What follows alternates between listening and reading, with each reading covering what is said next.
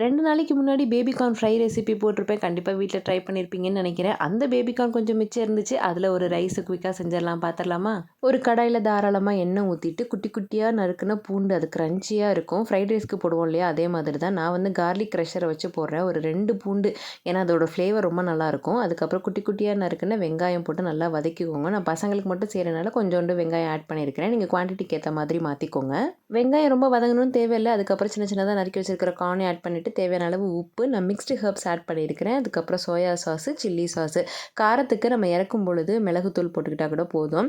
இது கொஞ்சம் தண்ணி தெளித்து விட்டுட்டு அந்த சூட்லேயே இந்த பேபி கார்ன்லாம் வெந்துடும் ஈஸியாகவே. அதுக்கப்புறம் நம்ம வேக வச்சிருக்கிற சாதத்தையும் போட்டு சீரகத்தூள், மிளகுத்தூள் அவ்வளோதான். லாஸ்ட்டாக இந்த டிஷ்ஷுக்கு ஏற்ற மாதிரி உப்பு, காரம் எல்லாம் சரியாக இருக்கான்னு மட்டும் பார்த்துக்கோங்க. அதுக்கப்புறம் கொத்தமல்லி தூவி சுட சுட இறக்கி கொடுத்து பாருங்கள். பசங்களுக்கு கண்டிப்பாக பிடிக்கும். டிஃபன் பாக்ஸும் காலியாக தான் வரும். இன்னும் எதுக்கு வெயிட் பண்ணுறீங்க? இந்த வீக்கெண்ட் பேபிகார்ன் வாங்கிட்டு நெக்ஸ்ட் வீக் பசங்களுக்கு வச்சுட்டு எப்படி இருக்குங்கிறத கமெண்ட் பண்ண மறந்துடாதீங்க.